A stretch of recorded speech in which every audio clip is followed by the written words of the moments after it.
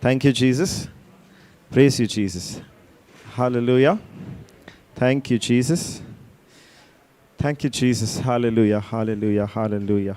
Thank you, Jesus. Praise you, Jesus. Thank you, Jesus. Praise you, Jesus. Holy Spirit, we are hungry for your love, Jesus. Holy Spirit, we are hungry for your teaching. Take control of this session, Holy Spirit. Speak through me. Take control of my mind. Take control of my tongue. Speak through me.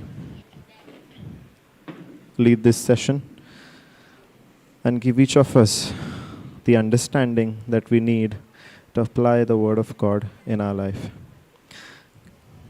Thank you, Holy Spirit, for teaching us. We make this prayer in the name of Jesus Christ, our Lord. Amen. Hallelujah. So just one more day before we close, right? So let's do revision. So for the past few days, y'all have asked questions. Now I'm going to question you.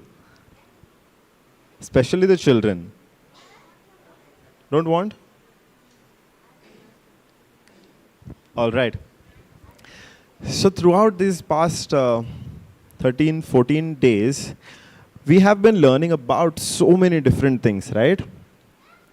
We have been learning so deeply about the Holy Spirit, tongues, the ministry of the Holy Spirit, the role that Holy Spirit plays in our life, how the Holy Spirit convicts us, how the Holy Spirit teaches us, guides us, comforts us, counsels us.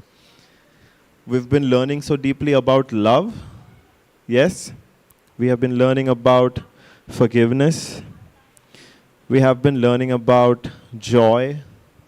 We have been learning about faith, imagination, hope, grace. Hallelujah.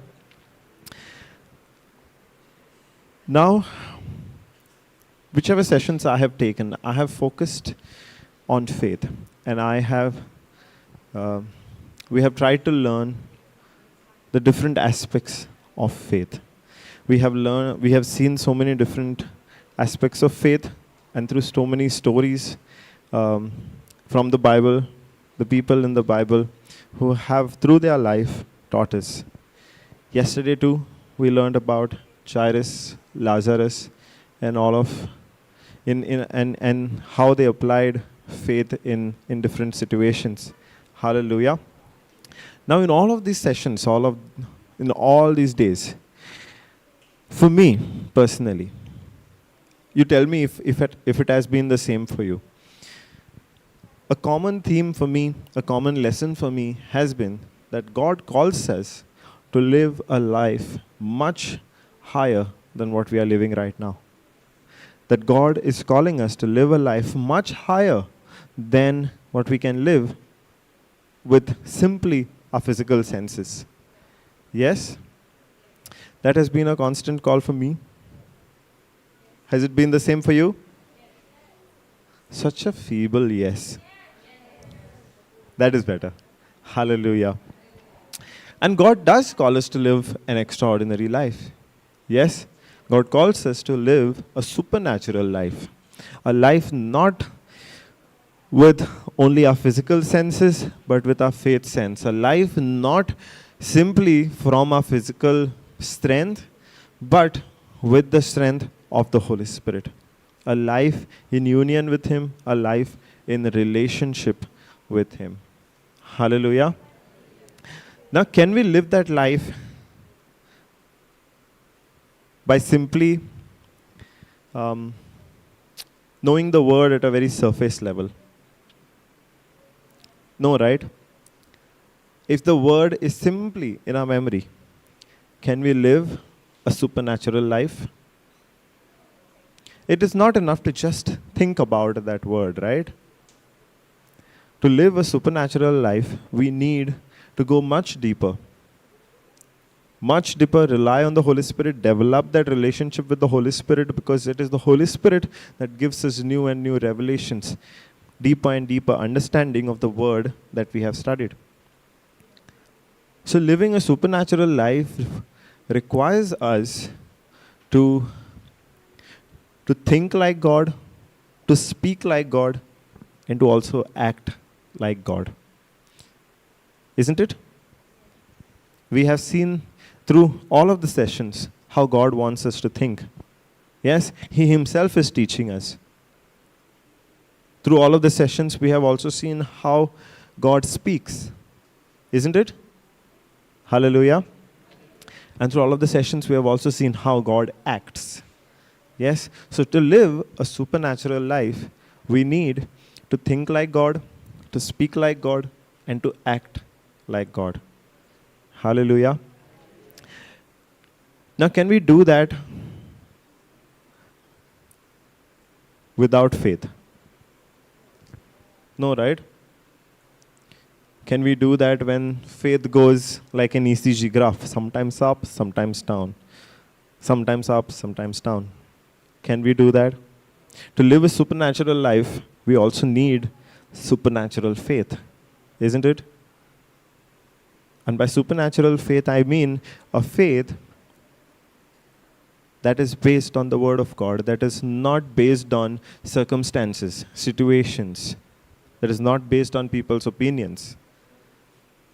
I'm talking about a faith that is based on the Word of God, and not just faith in theory, but in practical application.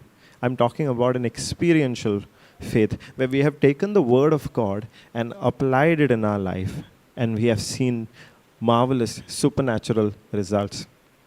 Yes? We need that kind of faith to live a supernatural life. That is our call. If we have understood what our identity in Christ is, what our kingdom identity is, who we really are in the kingdom of God, because God has revealed that to us in His Word. So we are called to live according to that identity. Yes? And for that, we need that supernatural faith. A faith that is not really common, but an uncommon, a bold faith. Yes? That makes us take bold steps with full confidence in whom, not in us, but in the Word of God, in the love of God, in the love that He has for us. Hallelujah. Because in His love, He has provided us with each and everything that we'll ever need. Even the faith that I'm talking about, that supernatural faith, it is not our faith, right? The love that we have, that we share with each other, with our family members, with our children, with our spouse, it's not even our love. It's the love that we receive from God. God being our lover and we being His beloved. Hallelujah. So even that love is not of us. So we have nothing to boast. The faith that we have spoken of, the uncommon, the supernatural faith, even that is not our faith.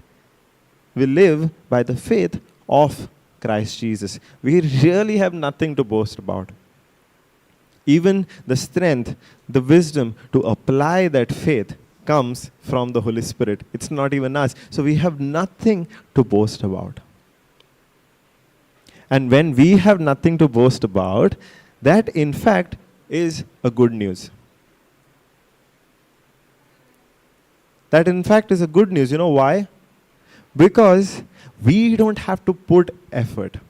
If we have to put our effort, we are going to get tired. We are going to get tired in no time. You have seen it. If you try to pray in tongues with your own effort, it happened with me. I used to try to pray in tongues with my own effort. I used to get tired in 15 minutes, in 20 minutes. But here, we have prayed for hours because whose strength we have drawn? The Holy Spirit. It is God's strength that we have taken, and it is through His strength that we have started living, that we apply our faith. The strength to live according to the Word of God comes from God. If we have to don't apply our faith, if we have to don't apply, use our strength, everything of God, His strength is much greater than our strength. And that is why our life is easy, because if we had to apply our strength, we could have prayed in tongues for just 15, 20 minutes. Now our life is easy, where we use God's strength and we pray for hours and hours together without getting tired. If we have to apply our strength, our faith is going to go up and down like that ECG graph. But when we take God's faith, Jesus' faith, we can face any situation for supernatural results, for a supernatural life. As we go, I want us to understand this so clearly, that the call, Jesus is not calling us to live an ordinary life, because nothing that he created is ordinary, right? Everything that he created is extraordinary. And more so us, you and me, because we are created in the likeness and image of God. Therefore, are we called to live an ordinary life? No. We are not called to live an ordinary life. We are called to be the reflection of God's glory. Hallelujah. We are called to be the reflection of God on earth, living in his likeness. Because we are not ordinary. We are supernatural beings. We are the children of God. We belong to an entirely different kingdom that is so much greater than any kingdom that we'll find on earth. That is our call. Hallelujah. So to live that kind of a life, we need an uncommon faith, right? Yeah? So how do we go about developing that uncommon faith? How do we go about developing that supernatural faith, that faith of Christ? By hearing and hearing by the word of God. That's it? As simple as that? Putting it into action? Yes? Putting it into practice? How else? How do we go about developing that extraordinary supernatural faith? Continuing in the word of God. Hallelujah. The best thing. Let's learn from Jesus. His faith, no? We live with him inside of us. We live by faith of Christ Jesus. Let's learn from him. Hallelujah. By being obedient. Yes, absolutely.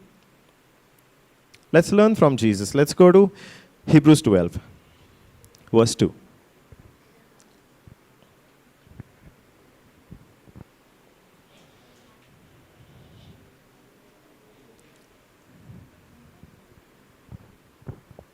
Let's go to AMPC.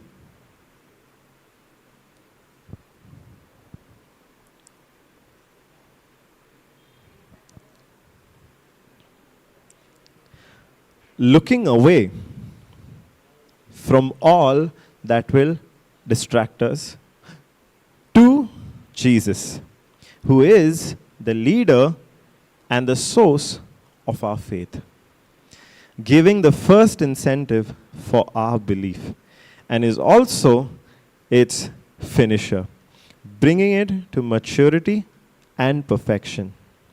He, for the joy of obtaining the prize that was set before him, endured the cross, despising and ignoring the shame, and is now seated at the right hand of the throne of God.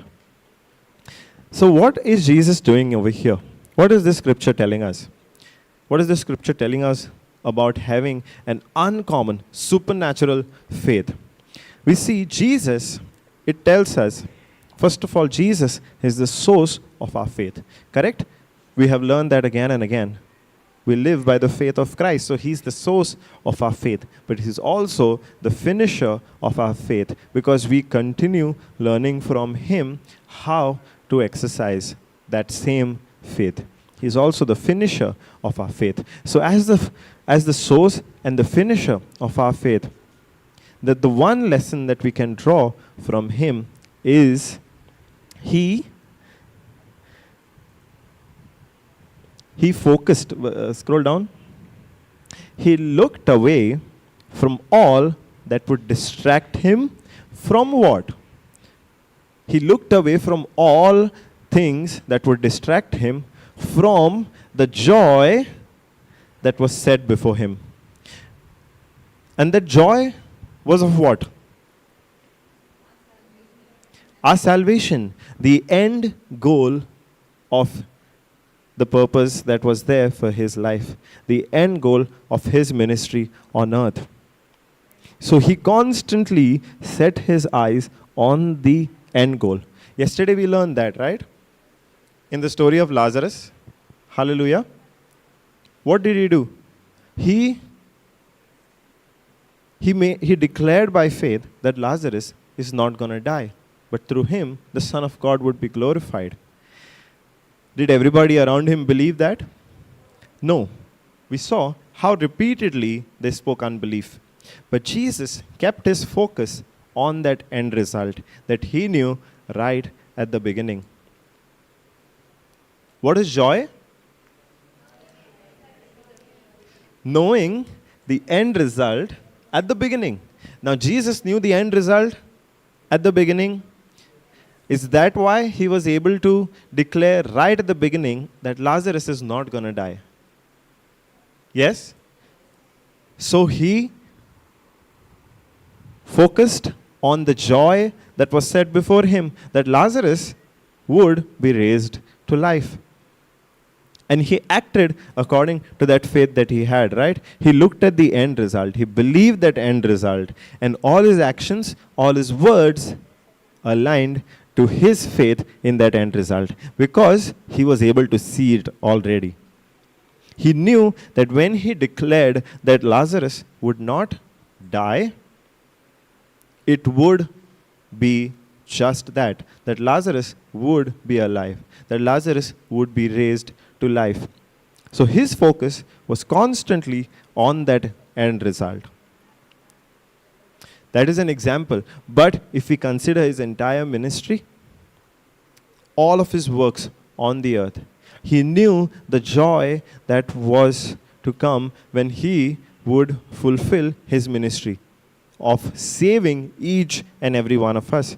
He knew, he saw the salvation that his ministry would bring to the whole of mankind, each and every person that was there at that time and that would be born throughout time. He knew what his death would bring.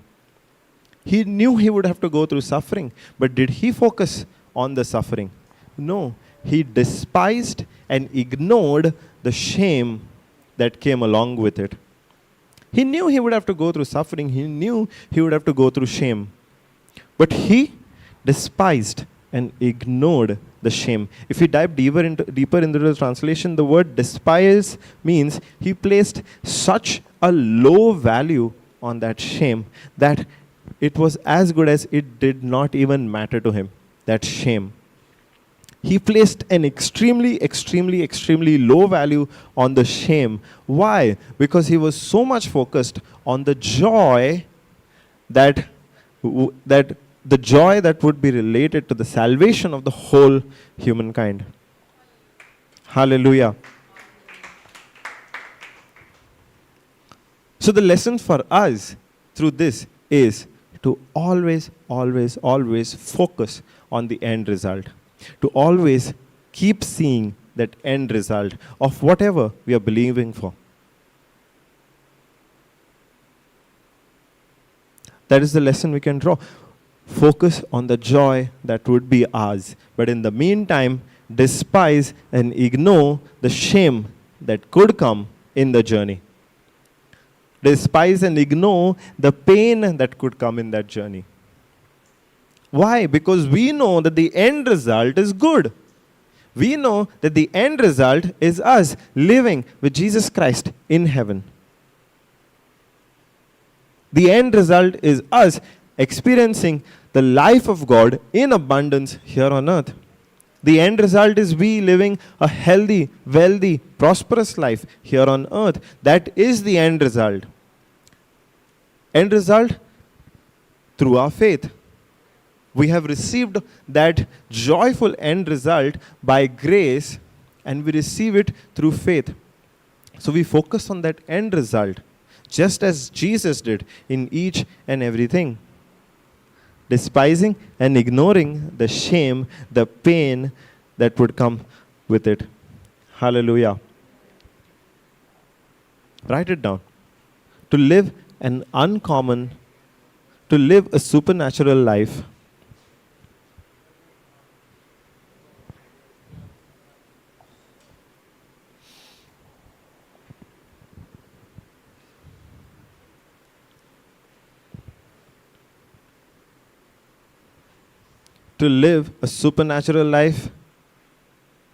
we need to develop an uncommon faith.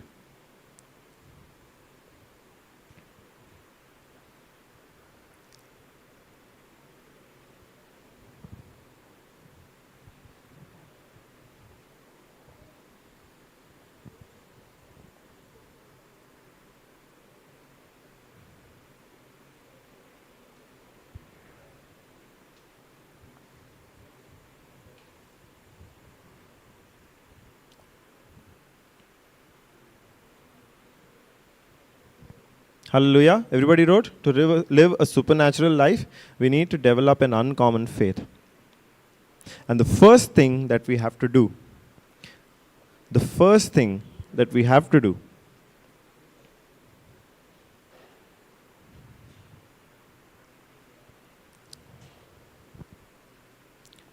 to develop an uncommon faith, the first thing that we have to do to develop an uncommon faith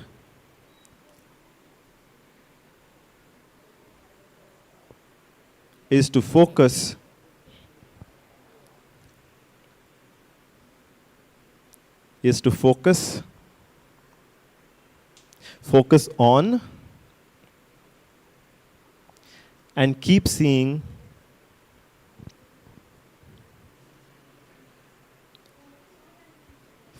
on and keep seeing the end result of our faith. Focus on and keep seeing the end result of our faith. Hallelujah. Now, can we keep doing that if we are not mindful of God? If God is somebody we only think about just for 1 hour a day,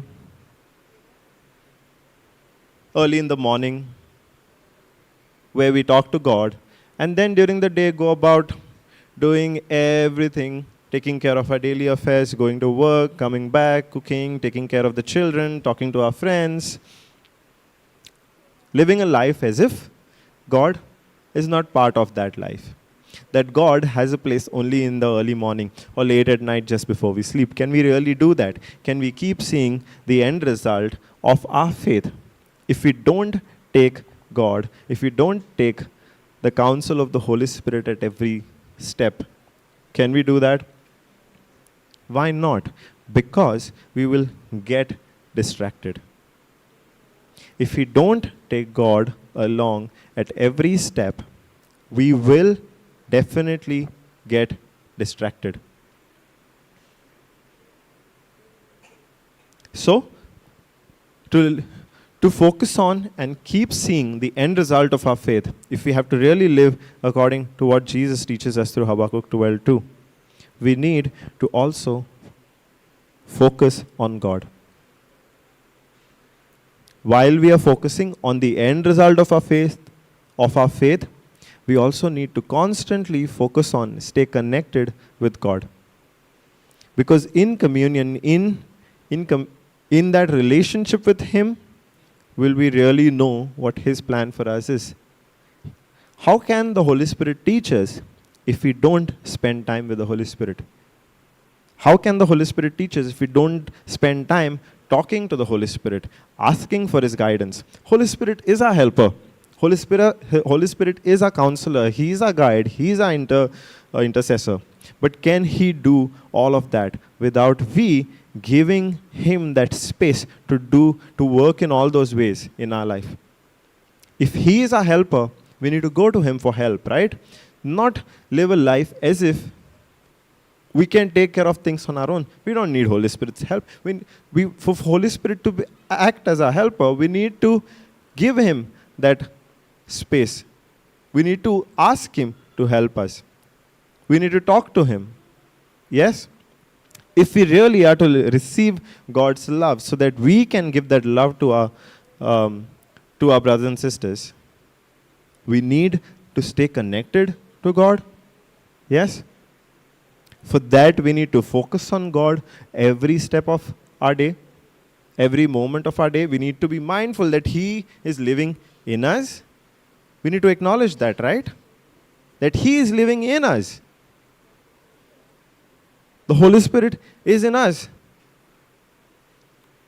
So, when we are focusing on the end result of our faith, we also need to be constantly mindful of God's presence in our life, that of God's love in our life. Hallelujah. Hallelujah. There is one beautiful example of this, what happens when we focus on God. Let's go to Isaiah 38.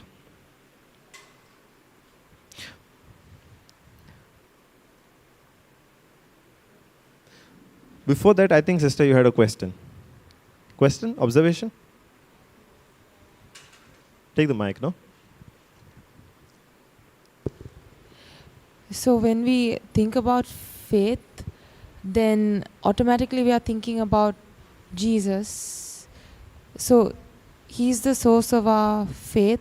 So then through him we see the unseen. So is that how we make our imagination also when we focus? Yes.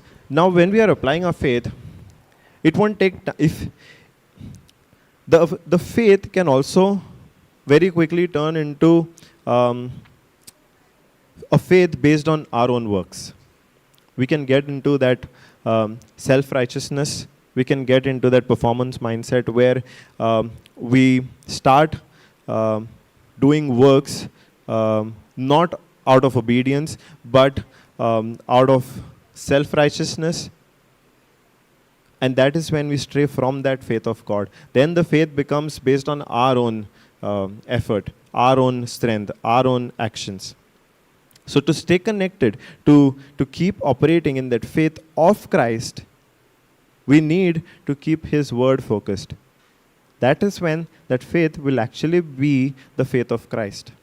If we ignore the word, if we ignore the revelation of the Holy Spirit, then the faith will take no time to turn into a faith based on our own selfish works. Hallelujah.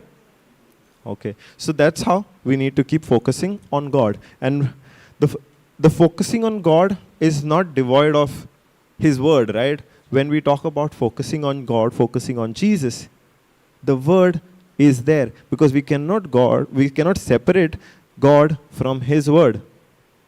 God is his word. Yes, Jesus is that word that we base our faith on. Hallelujah.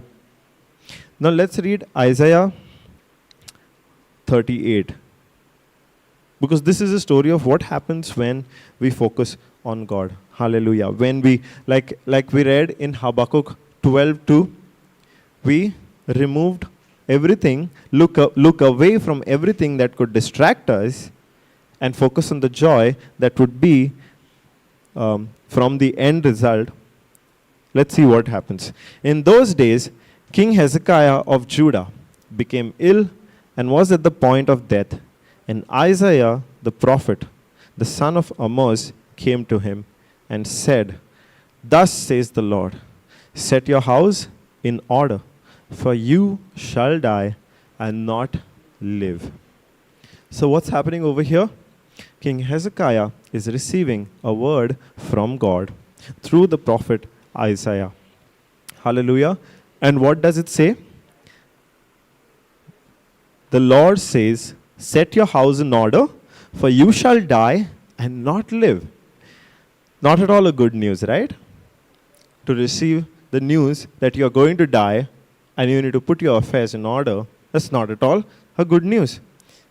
Now, for Hezekiah also, it wouldn't have been good news. He was asked to put in place all his affairs, settle all his properties, settle all his gold, and settle all his money because he's going to die. Hallelujah. Let's see what happens next.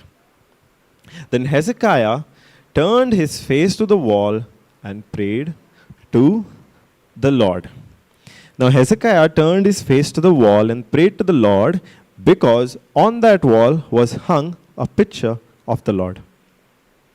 Hallelujah.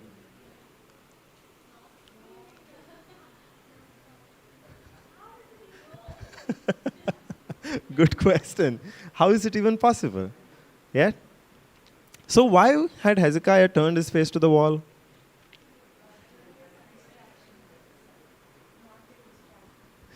Hezekiah turned his face to the wall and prayed to the Lord because he wanted to look away from all that could distract him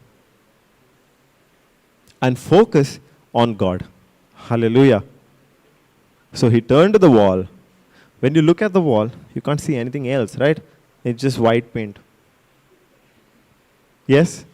So you can look away from everything that could distract you and focus on God. Focus on learning from Him, talking to Him. Hallelujah. And said, so Hezekiah turned his face to the Lord and face to the wall and prayed to the Lord and said, remember earnestly now, O Lord, I beseech you, how I have walked before you in faithfulness and in truth, with a whole heart, absolutely devoted to you, and have done what is good in your sight. And Hezekiah wept bitterly.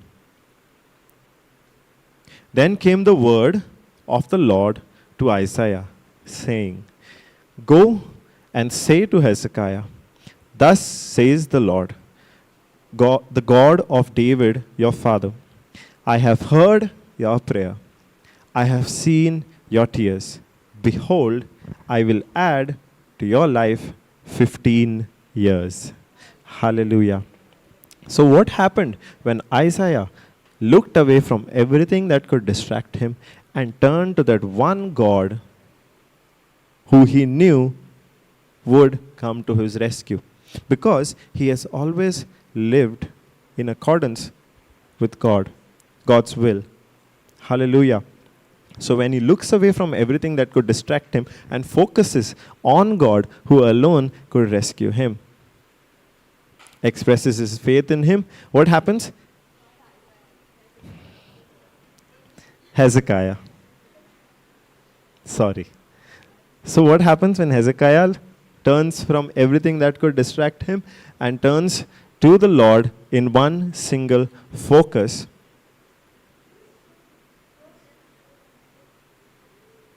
The first scripture? Yeah.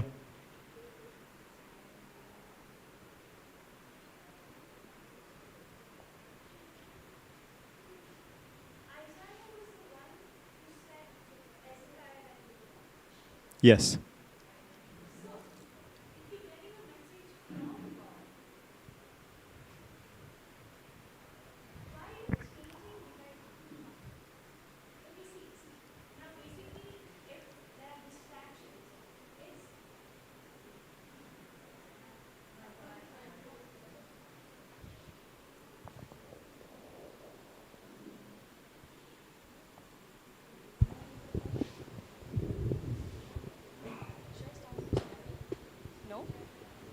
Yeah. Okay.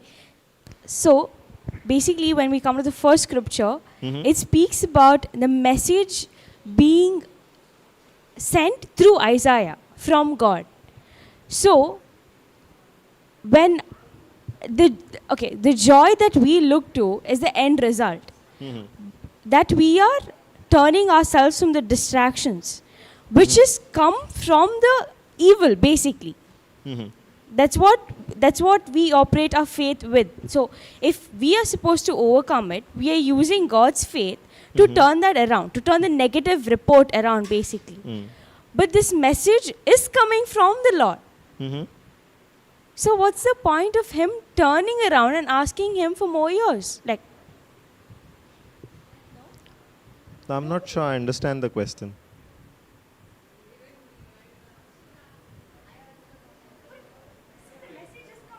Lord. Okay. So why are you turning that around? It's not a negative report. Basically, when the time... Now, I don't want to ask this on the mic. Now, okay, see, when a time comes to that, no matter, maybe say old age, or maybe say on the day of judgment, whatever it is, we can't turn that around because it's coming from the Lord. So you're saying, even though the message was about his death, that he's going to die, so ideally that message should be a good message because it's coming from the Lord?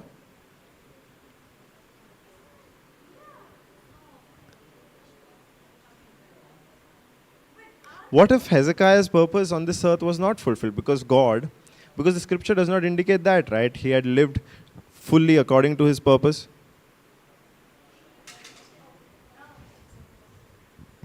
Yes.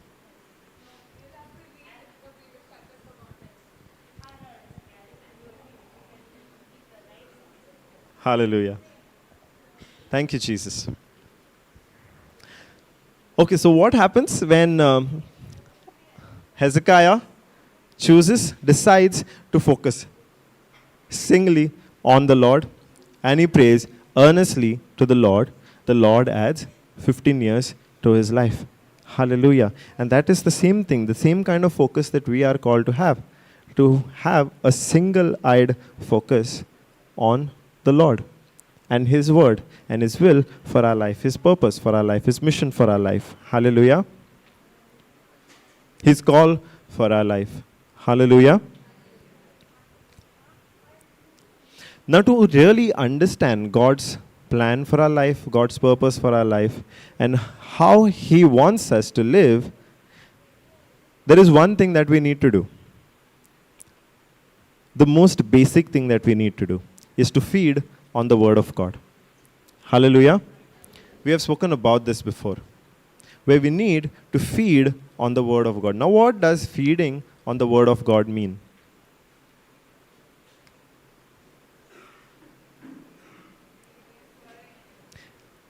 Reading the word, listening to the word.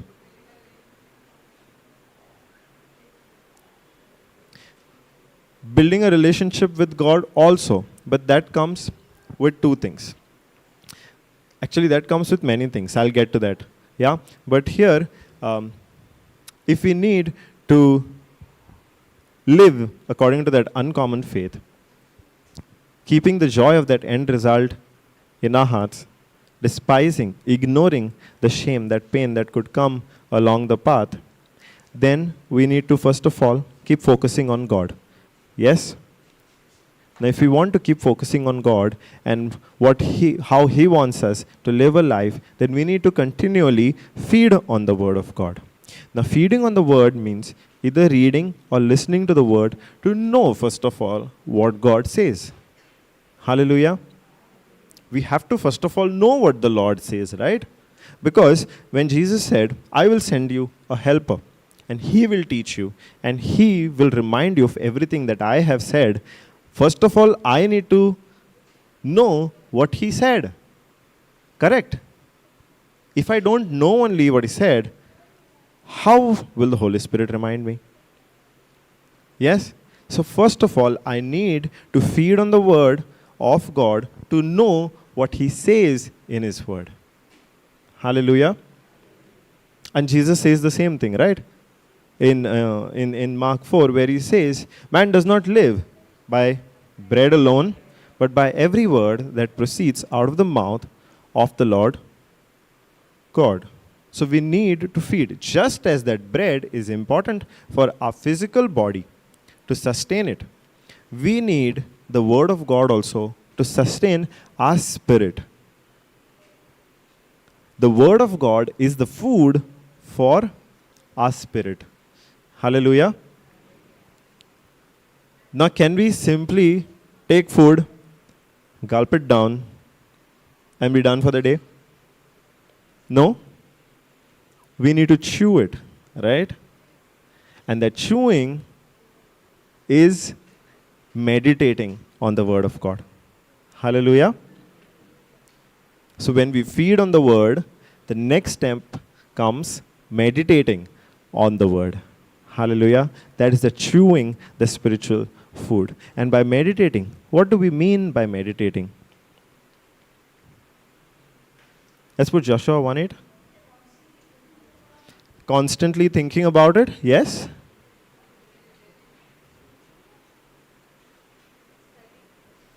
Studying the Word, yeah? What else? What else does meditating on the Word mean?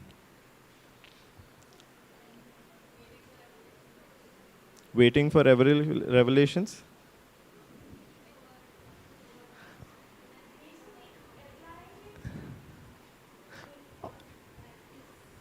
Yes, yes, I'll get to that. Correct point, applying the Word of God. So we'll look at it with this scripture. Yes, because whatever answers I have received, they're all included in this one scripture. All right?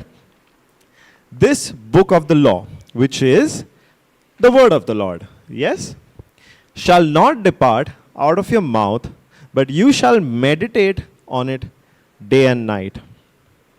Hallelujah. So what does the first line say? This book shall not depart out of thy mouth. That means the word has to be constantly in our mouth. God's word, the book of the law, which is God's word, has to be constantly in our mouth.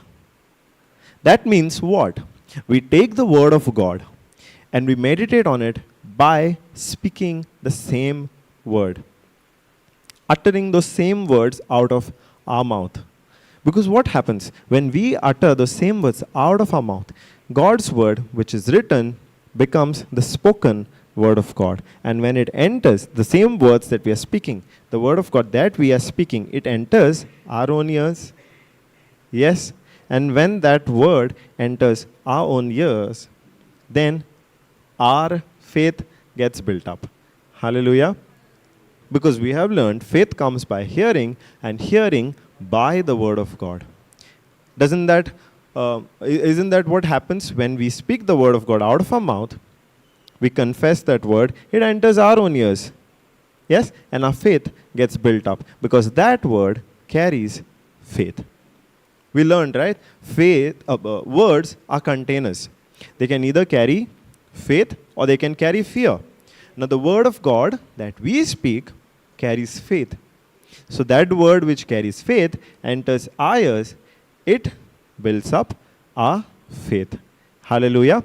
So meditation, first of all, involves not letting that word or constantly keeping that word in our mouth. Constantly speaking it, uttering the same word of God. Hallelujah. Those are the confessions that we do, isn't it?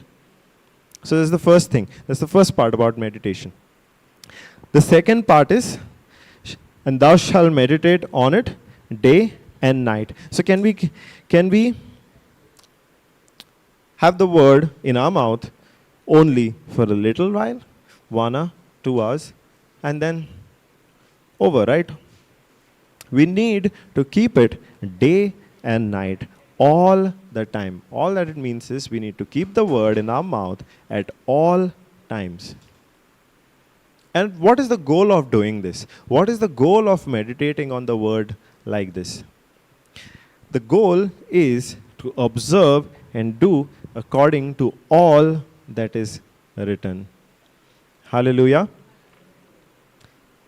Will we be able to really observe and do all that is written in the word without really meditating on it, without really being mindful of that word, aware of that word throughout the day?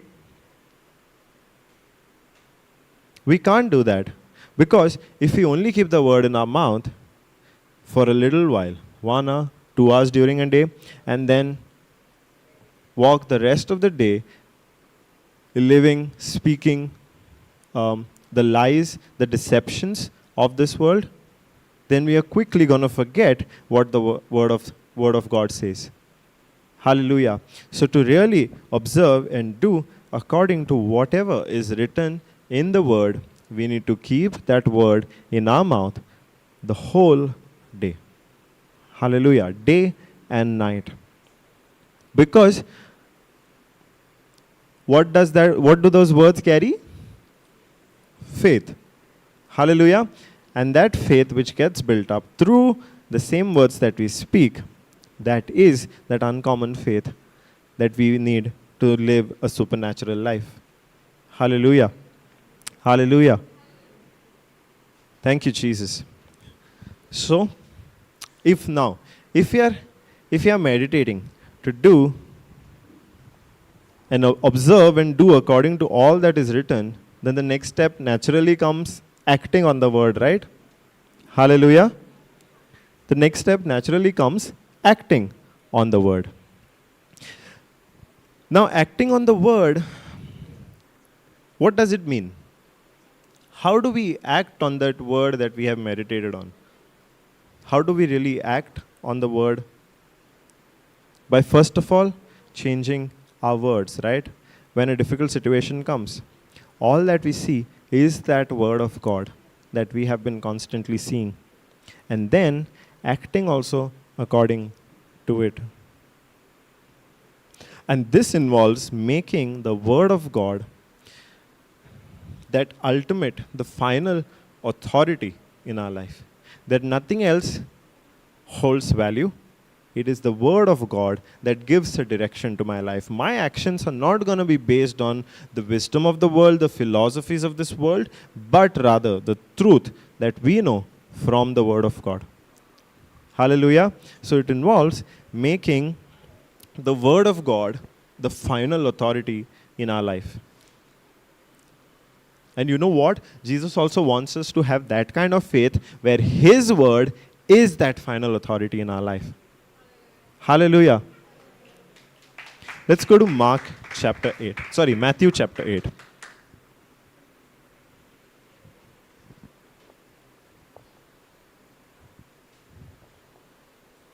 Hallelujah. Matthew chapter 8.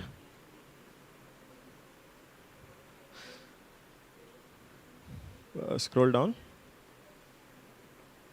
further. Yeah, here.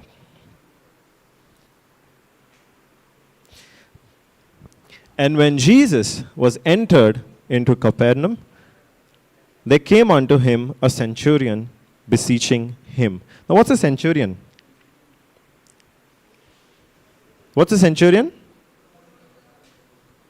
A person. A centurion is not a person.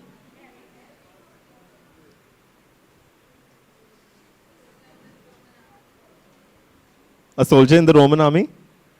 A centurion is not simply a soldier in the Roman army, but he was a centurion is a commander who has 100 people under him. It comes from the word century. So a commander in the army who has 100 people under him. Yes? Now imagine 100 people under you. Yeah? That's not a small number, right?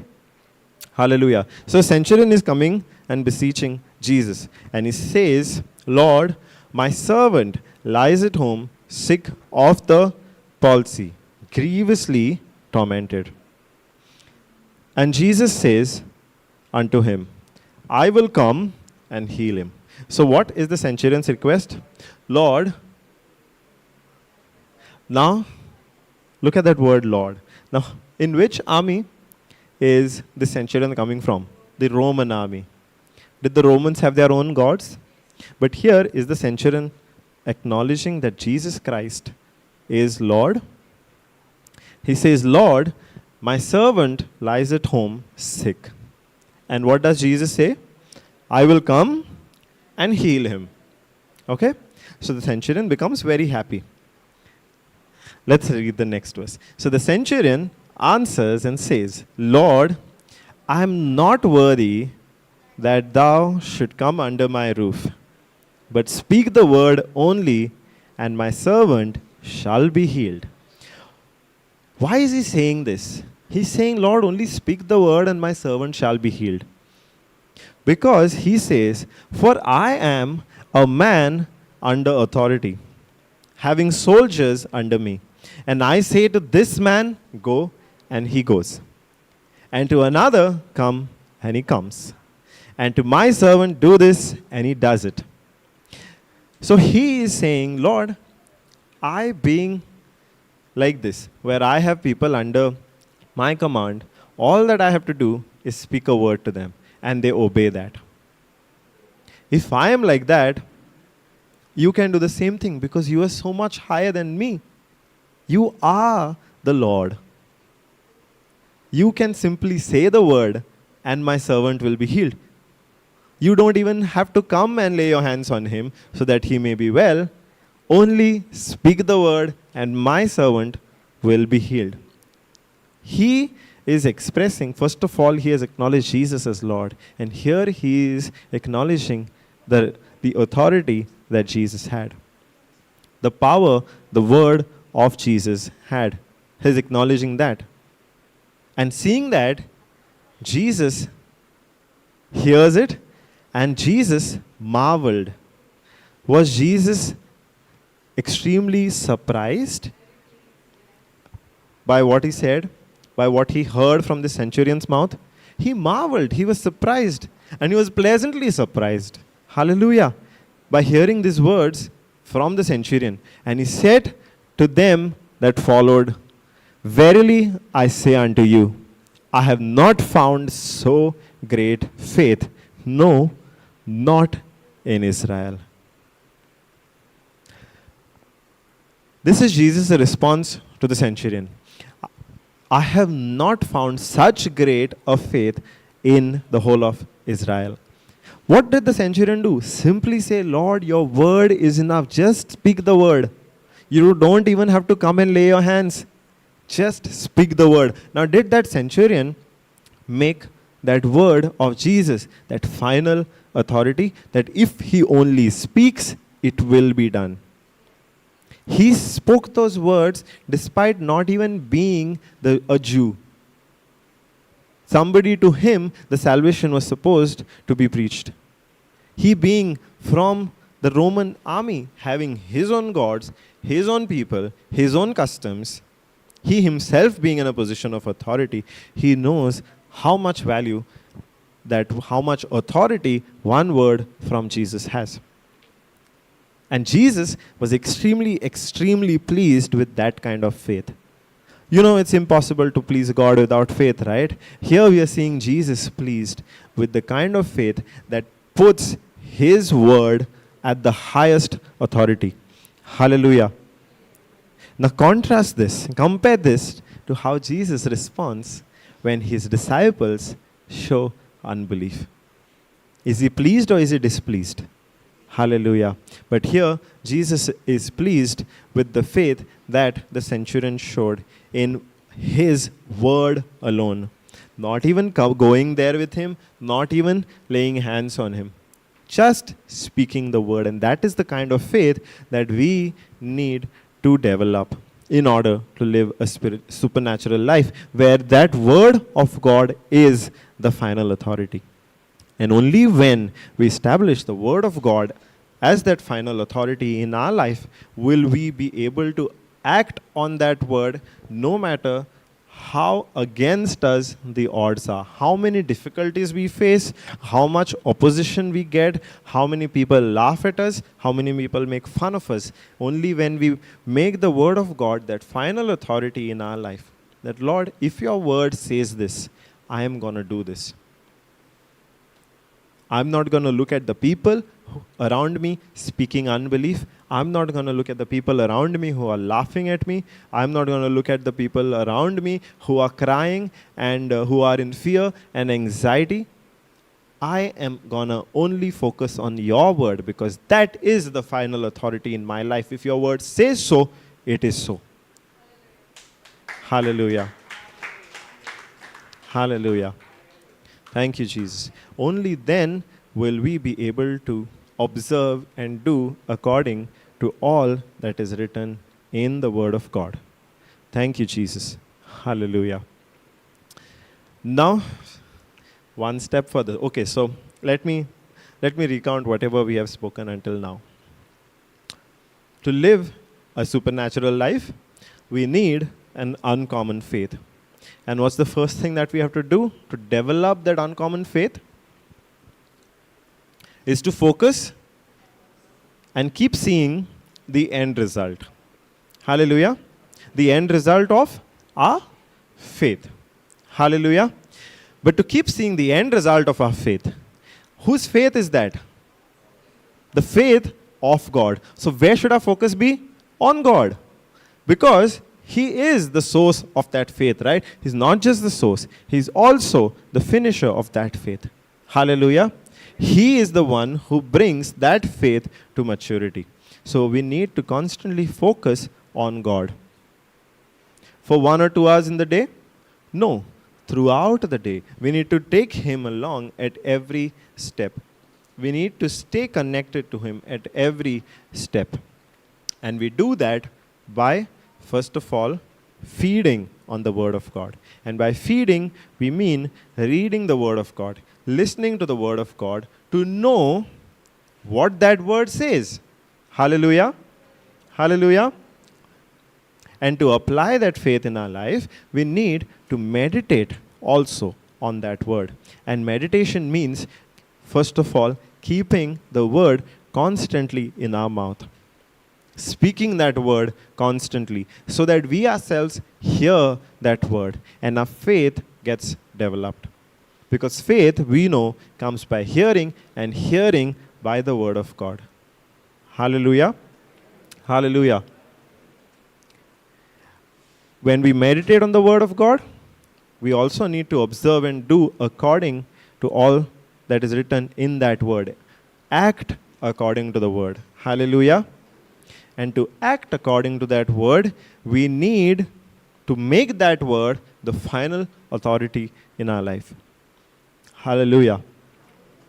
Now, to make the Word of God the final authority in our life, to really know how that Word applies to our life, how that Word applies to our situation, we are given a helper, right? Hallelujah. We are given a helper. Jesus is not expecting us to apply His Word, to live according to His Word by our own strength. He has sent us a helper. If Jesus is expecting us to live a supernatural life with an uncommon faith of Himself, then He has also made it so much easier for us by sending a helper. Hallelujah. And that helper is the Holy Spirit. Now, how do we allow that Holy Spirit to help us? With humility. Yes. We need to be humble enough. What is humility?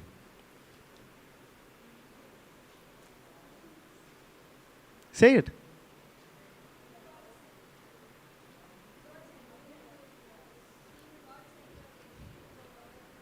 Humility is being God-centered, not self-centered. Hallelujah. Did I say being humility? Being humble means being God-centered. And by God-centered, when we are God-centered, we are not even there in the picture.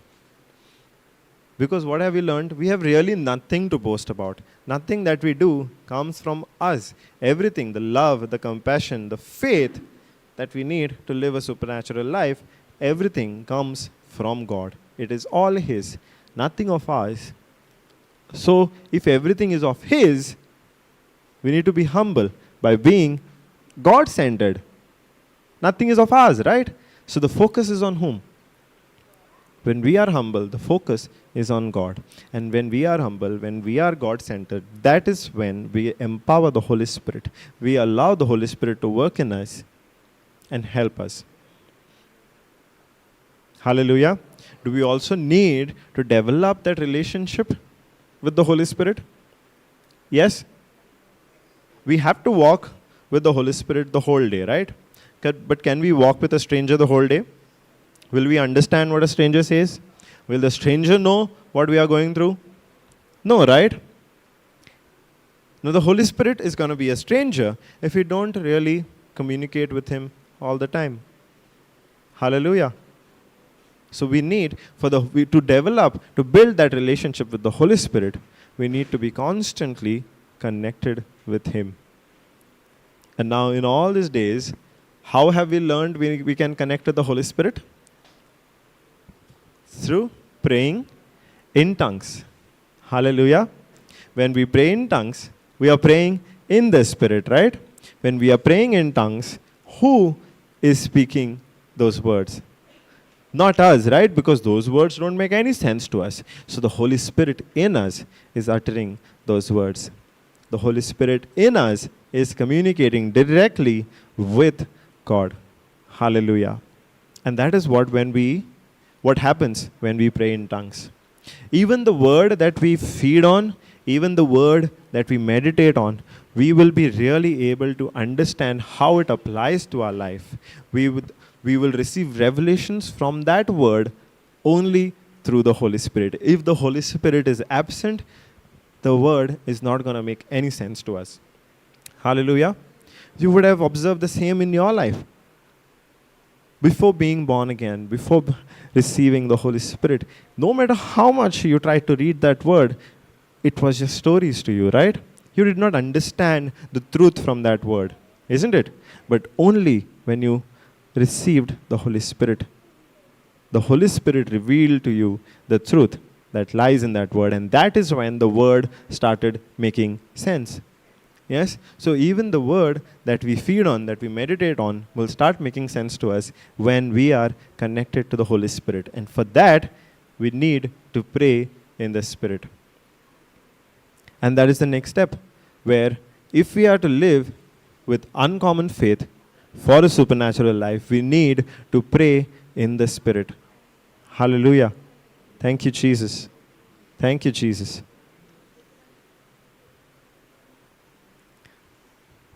Thank you, Jesus. And when we do that, when we rely on the Holy Spirit, and the Holy Spirit teaches us from the Word, the Holy Spirit speaks to us, He guides us, He counsels us, He intercedes for us. What is left for us?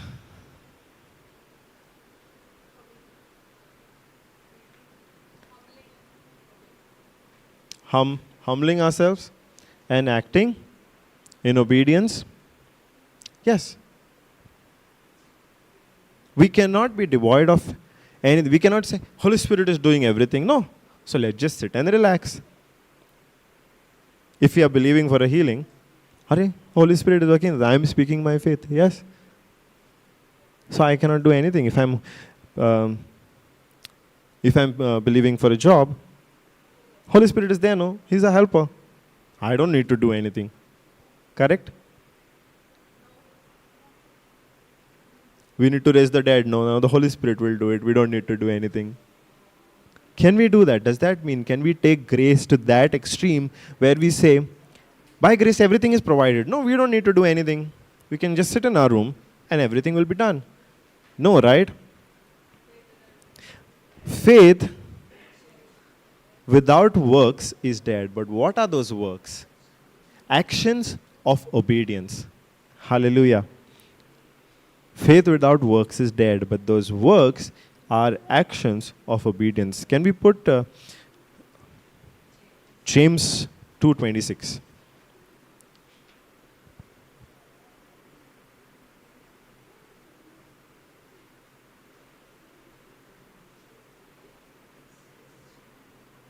Let's go to AMPC. For as the human body apart from the spirit is lifeless, so faith apart from its works, what are those works of? Obedience, is dead.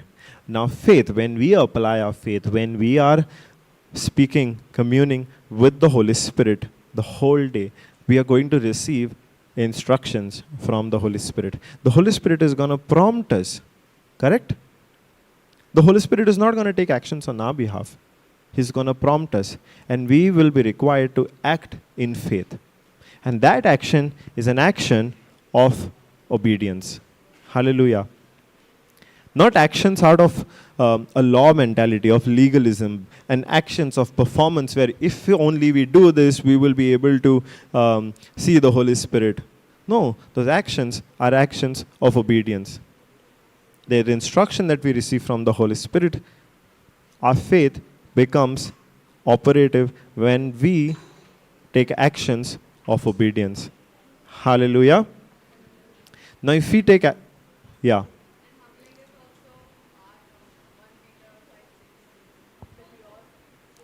Okay, let's go to 1 Peter 5:6.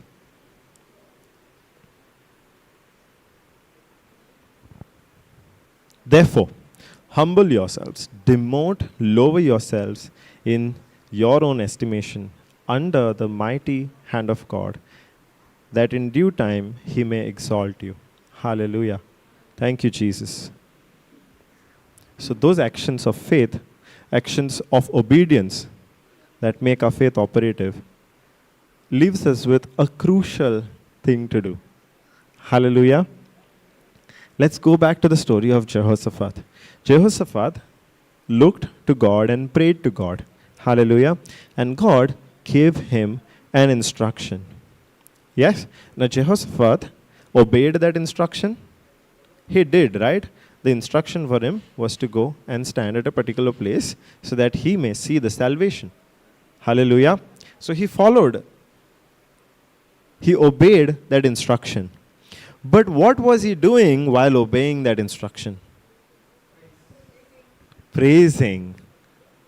So when we are acting in obedience, when we are combining the works of obedience with our faith, we need to be constantly praising God. Hallelujah. Thank you, Jesus. Now there is believing. Yes? Now there is believing and there is receiving. Okay? Imagine it as a sandwich. If believing is on one side, receiving is on the other side, in between is thanksgiving and praise. Hallelujah. I think it's Philippians 4:6. Let's see.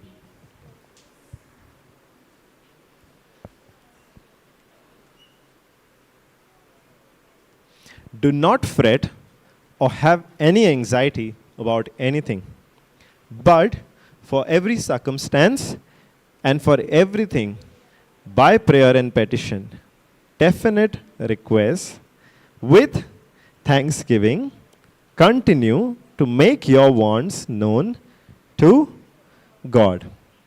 Hallelujah. So, this verse tells us that for every situation, we need to continue giving thanks to God. Hallelujah. Are we supposed to give thanks for every situation or in every situation? Hallelujah. The scripture does not say for every circumstance and for everything. It says, do not fret or have any anxiety about anything, but in every situation and in everything, by prayer and petition, definite request, with thanksgiving, continue to make your wants known to God. Now, so whatever the situation is, yes, until we have reached that end goal, whatever the situation is, we need to give thanks to God and praise God in every situation. Hallelujah. Thank you, Jesus. So, if believing is one side of the sandwich, receiving is on the other side of the sandwich. In between comes thanksgiving and praise. Hallelujah. Even when Jesus made the prayer, he had believing and he had receiving. In between, did he have thanksgiving? Yesterday we saw in Lazarus' case. He was believing that Lazarus would be raised to life. Yes? Before he received, did he say, Father, I thank you that you always hear me? Hallelujah. When he multiplied the loaves, he believed that there would be food enough for everybody. But before he received, did he make a thanksgiving prayer to God? Can we learn from him? And was he thanking God for only providing, was it 5 loaves and 2 fish? He was thanking God in that situation, not for that situation. And that is a call to us to continue in thanksgiving. That is why all of the prayers that we make, they start with thank you, Lord, right? Thank you, Lord, that by your wounds I am healed. Why? Because we are believing that by our faith we have received the end result already. We are not waiting for the end result to manifest. We are not waiting to see the end result with our physical eyes. We are believing by faith that we have already received the end result. We are believing, we are looking at the joy that is attached to that end result, and we are giving thanks in advance. Hallelujah. Thank you, Jesus. So in every prayer, in every situation, between receiving and believing, we need to give thanks and praise to the Lord. When we are taking actions of obedience, without which our faith would be dead, when we are taking those actions of obedience, we need to continue, keep praising, thanking God. Hallelujah. So what are all those things? Yes, brother.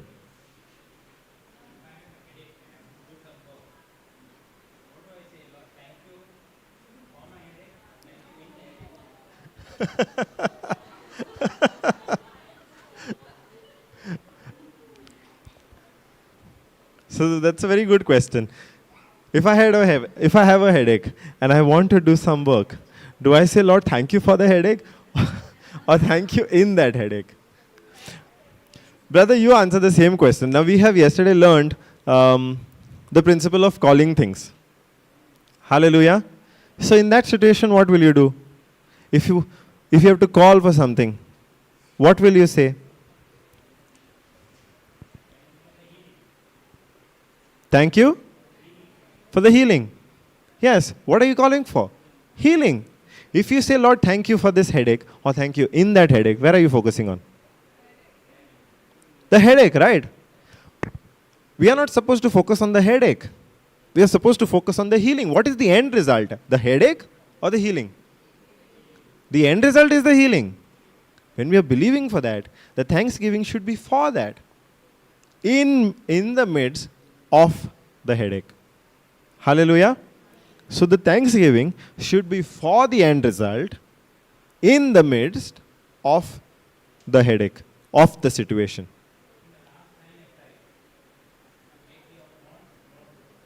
Yes, healing. Making your wants known to God is calling for those things which you want to manifest, right? Not the things that you don't want to see, but rather the things that you want to see. If we want to see healing, then we make with thanksgiving the petition for that healing known to God. We call for the healing, not for the headache to go. Hallelujah. Does that answer your question, brother? Praise Jesus. So, let's revise. Hallelujah. To live a supernatural life, what do we need? Supernatural faith, an uncommon faith. Yes? Now, do I have an uncommon faith? Can we look to Jesus as our example? Yes? That's what we have done throughout, right? We are looking to Jesus as our example of uncommon faith to live a supernatural life. Hallelujah. So the very first thing that we learned Jesus did was what?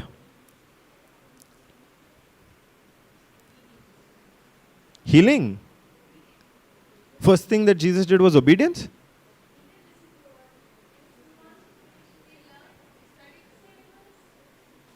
I'm not saying healing, obedience is not the correct answer. But what are you obeying? Before that, what should come?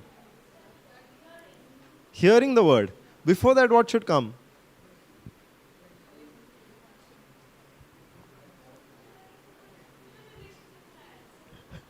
Tribulations and trials.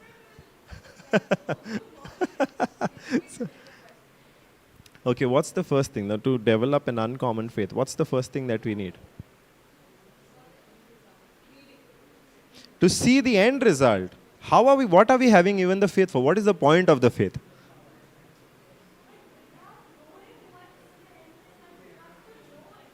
Exactly. So to know the end result, we need the word of God. But we need to know what end result we want. No. Hallelujah. Yes. Trials and tribulations. So if we have the headache, we need to know what we want, the healing that we want. Now when we know the healing that we want, that is when we go and focus on God, learn from His word, feed on His word, meditate His word, act according to that word. Hallelujah. So to live an uncommon faith, first thing that we need to do is keep seeing the end result that we want. Paint a picture of that end result in our mind. Now we'll be able to paint that picture of that end result in our mind when we study the word, we feed on the word, we meditate on the word, we make the word that final authority in our life. Final authority enough to say, Lord, nothing else matters. All other distractions, all other contradictions from your word, we take them out. We ignore them. We despise them. What is despising? Placing such a low value on those distractions, those contradictions, that they don't even matter. Hallelujah. Yes, brother.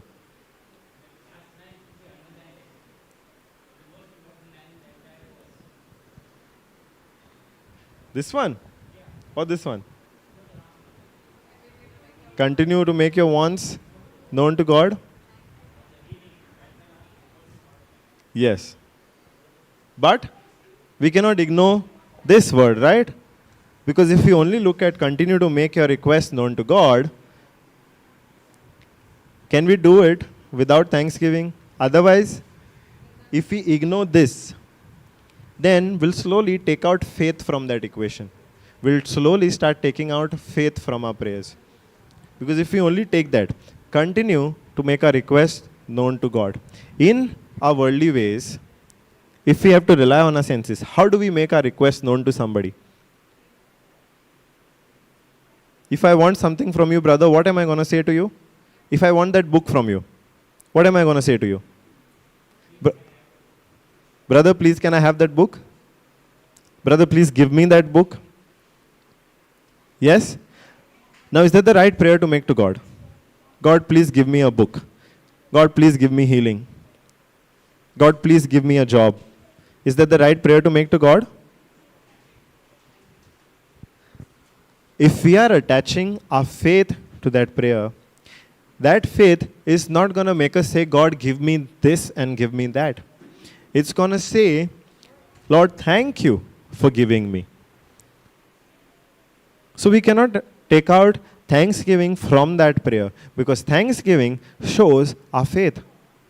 Only when we have faith, only when we have received in the present that end result without really seeing the manifestation of it, if we are living by faith like that, only then will we say thank you, right? If we don't believe that we have already received what we are believing for, will we be able to say thank you? No. When we make those prayers continuously known to God with thanksgiving, that is when we are attaching our faith to it. Yes, the last line is important, but it cannot be without thanksgiving. Hallelujah. Thank you, Jesus. So, we do need to make that word of God the final authority in our life, that we take out all of the other distractions, all of the other contradictions, opinions of people, philosophies of this world, and live only according to that word.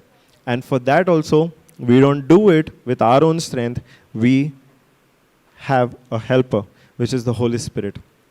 And to keep developing that relationship with the Holy Spirit and to keep hearing His voice, we have a mighty weapon, which is praying in tongues.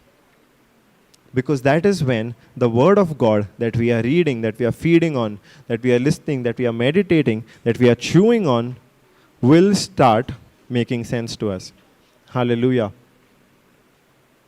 Only then we will understand that word. And when we have chewed that word, we have gulped it down, only when we start receiving its understanding, that means we will start receiving the nutrition from that word, which is our spiritual food. Hallelujah. Else it's not going to make any sense to us. So we have a helper for that, to be really able to live according to that word, the Holy Spirit. And when we have that helper, all that we have to do is walk in obedience. Because faith without those works of obedience is dead. Hallelujah. We cannot say, Lord, I have faith on you, and not act according to that faith. Correct? We cannot say, Lord, thank you for healing me, without acting as if I'm already healed. No. Hallelujah. Thank you, Jesus. So, between that believing and receiving, what comes in between? Thanksgiving and praise. Hallelujah. Praise for the trouble, for the trials, for the tribulation? No. Thanksgiving for that end result that we see with our faith sense. Thanksgiving for that. But in the midst of those trials, tribulations, and circumstances. Hallelujah. That is how we have uncommon faith. And that is how we saw Jesus have uncommon faith. He kept his focus on that end result. He kept his focus on that end result. He knew what authority he had. He knew what power he had. He kept working in that faith. Hallelujah. And in between his believing and his receiving, there was always thanksgiving. Praise Jesus. Any questions? Yes, brother. Philippians 4:6.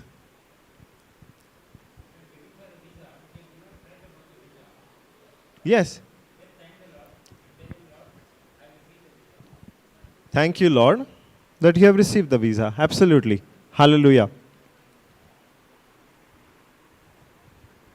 Thank you, Jesus. Praise you, Jesus. Any more questions?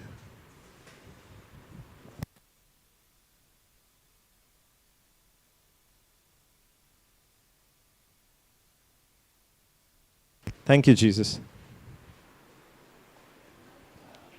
No, that wasn't a question.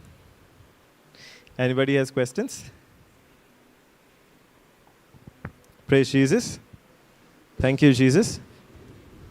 You have a question? Yes, sorry. So when we focus on the end result, and as we start growing in faith with the help of the Holy Spirit, is that when we begin to understand our authority more and more in Jesus?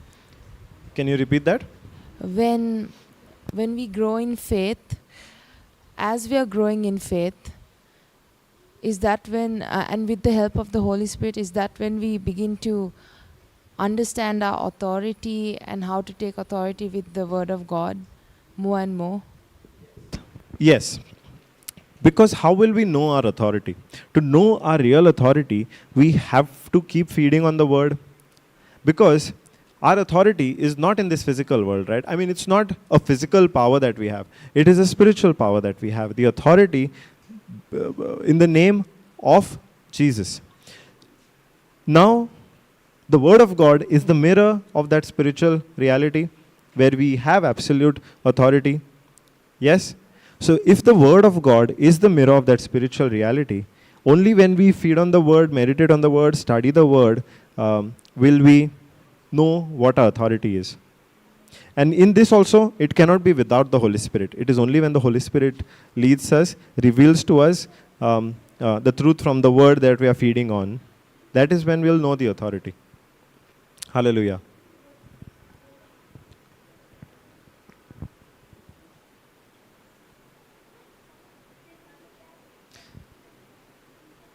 Any more questions? Anybody else?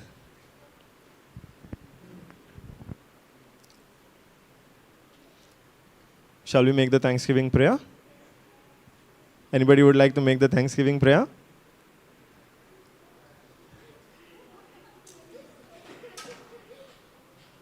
Come. We can't be shy. We can't be. As many opportunities that we can get, grab those opportunities. Hallelujah.